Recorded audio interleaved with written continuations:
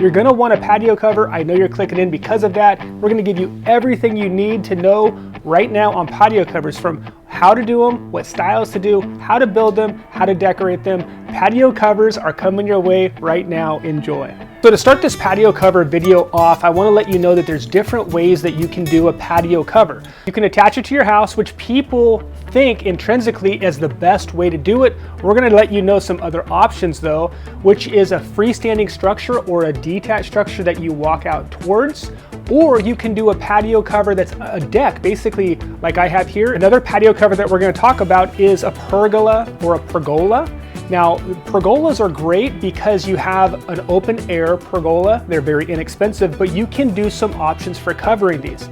Another option, it's a louvered pergola. Now, these are not inexpensive. We're going to talk to you about these, but they basically give you the flexibility of open air or closed, waterproof, tight.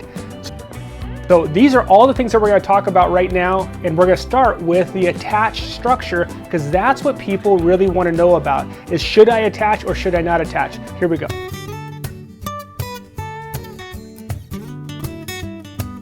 The first thing you want to think about if you're thinking about attaching to your house is matching the style of your home. This is so important, and it's a do not do if you're trying to do something that doesn't match the style of your home. For instance, some people will force a gable or an open A-frame into a home that's more of a hip ridge style home. Do not do that, please. So think about, look up, go out to your house, look up at your house and see what style of home that you have. Don't just look at the photo that you think, look at your home, because you have to match that style. Okay, now that you have your style of your home, now you can just think about how to attach to the home. So a lot of people are going to attach above their exit of their back door. So imagine wherever the door is, it could be a slider, it could be French doors, but however you get from the back of your home to the backyard, a lot of people want to cover that and turn that into a backyard living space, which is great. So if you have an A-frame on your home, which is an open gable style home, you should consider putting an A-frame above that area. Now I just want to say real quick, you could turn your dining area, which has windows, you could turn that into the French doors that then you walk out from. But if you have, again, that A-frame, you just come on out, cover that space. I want to say there's different ways to do this, and we're going to talk later in the series about how to construct things, at least the way we do in our market. But you basically would attach to the back of the house and come straight out, do a couple of posts, gives you a beautiful A-frame cover.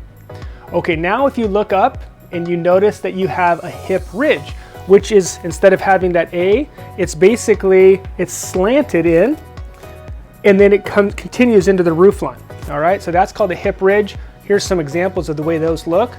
If you have that, it's basically the same principle as the open gable, is you would just a couple of posts, use your home as the other four posts, would build exactly the same way, a patio cover out of those doors that are leaving your house. Now the other style, and this is a little bit more flexible of the style of your home, is a lean-to style or a shed style. Now this can be done even if you have a gable or a hip ridge style. You can get away with doing a shed style or a lean-to style structure. You can do tongue and groove, you can do the lighting, and it really does bring that space into its own. Here's a little bonus one. It's a kind of a combination of two of them.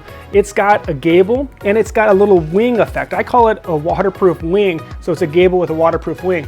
The reason we did is we had to sneak that gable underneath that window. Now this was so important because I wanted to match the gable of the home. It had that beautiful A-frame gable.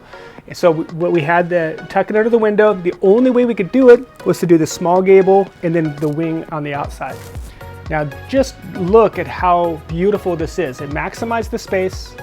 It gave them a gorgeous gable from the bottom looking up, the way we've done some of the rafters there, and then we did the tongue and groove on the side. So again, you can get flexible. I would recommend doing a design, but we'll talk more about that.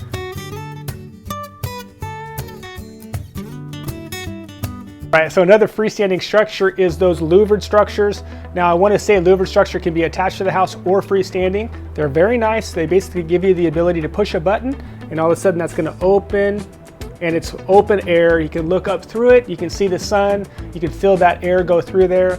or you could push a button again and that louvered closes, and now you're ready for a rainstorm, you're ready for a snowstorm, because it's going to give you that protection you need. It's basically the same as a covered structure that's fully roofed. So really this does give you the flexibility of both options. It is not inexpensive. It costs a lot of money, I'm just going to let you know. So there's different companies out there. We'll have some links below, but this might be a good option for either a freestanding structure as a destination or an attached structure as a patio cover right out of your house.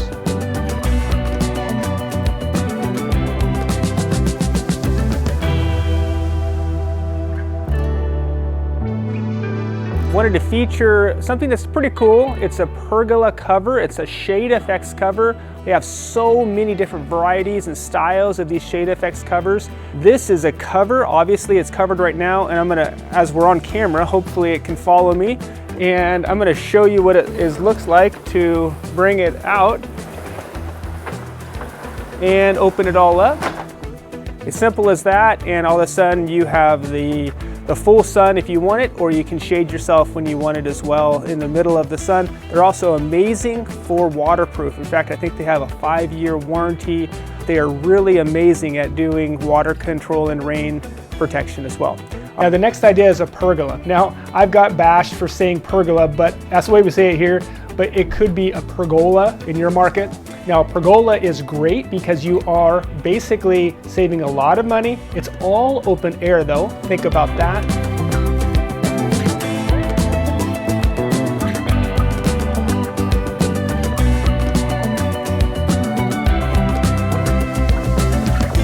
All right, another option for the pergola would be a pergola with glass or polycarbonate. If you do glass, obviously you want to do tempered, and you want to make sure it's done right from an engineer. If you do polycarbonate, they're more flexible as far as where to get them and how to install them. The nice thing about these pergolas with the glass or the polycarbonate is they could act as a breezeway between one space to the next too. In fact, check this one out. We did a breezeway here that was attached to the house. This is a polyurethane cover that we have on this pergola. It allows you to step out dry. It allows you to have all of the light that was normally coming into your house. You don't lose that light. And now you can come out to your detached structure and enjoy a whole, outdoor living space, not having to worry about the light, not having to worry about getting wet. You can watch the game, you can hang out all seasons in your outdoor living space, but you're not losing anything by having to attach it to the house. And then look what we even did on the back side of that is we did a whole pergola area. So these are 3-in-1, so to speak, backyard living from covered area to open air. You're gonna have this flexibility to be able to do all 3 of these, or do one of these, or do multiple times.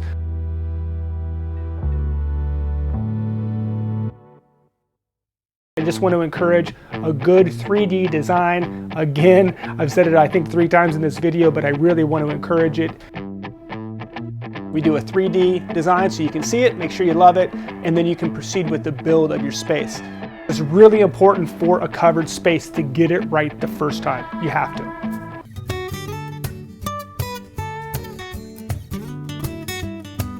Next covered structure that I recommend, probably my favorite one in fact, is a freestanding or a detached structure. There's lots of different styles to these. We're going to go over those right now.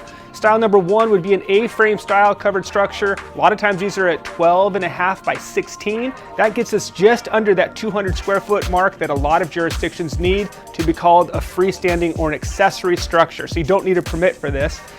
So that's a gable structure right there.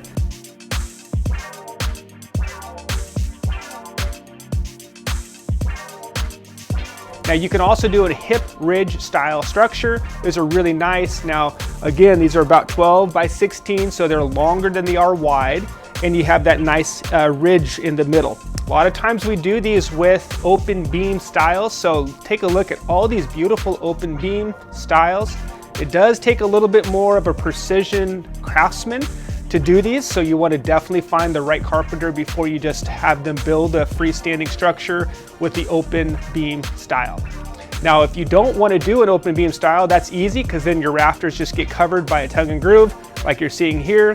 One of my favorite things about a freestanding structure is it is a destination. So I want you to think about that. Everybody just wants to attach it to their house, but get a destination that you see from a window. I talk about this all the time, but it's gonna really enhance your backyard space. It's gonna make it feel a lot larger than it is. So it's a little trick that you can do. Put a freestanding structure at the setbacks of your property, and all that space in between your home and your property line now is going to be used for outdoor living. So it really makes the space a lot larger. So think about that. Even in a small backyard, a freestanding structure is going to enhance and make it feel a lot larger. So there's so many different patio covered options. Please get this one right. I want to let you know here on this next video how to start thinking about building these. Now, I'm not going to give you the exact as-built on how to build something, but I'm going to let you know the principles to think about as you're building all these different types of structures. See that in the next video right there.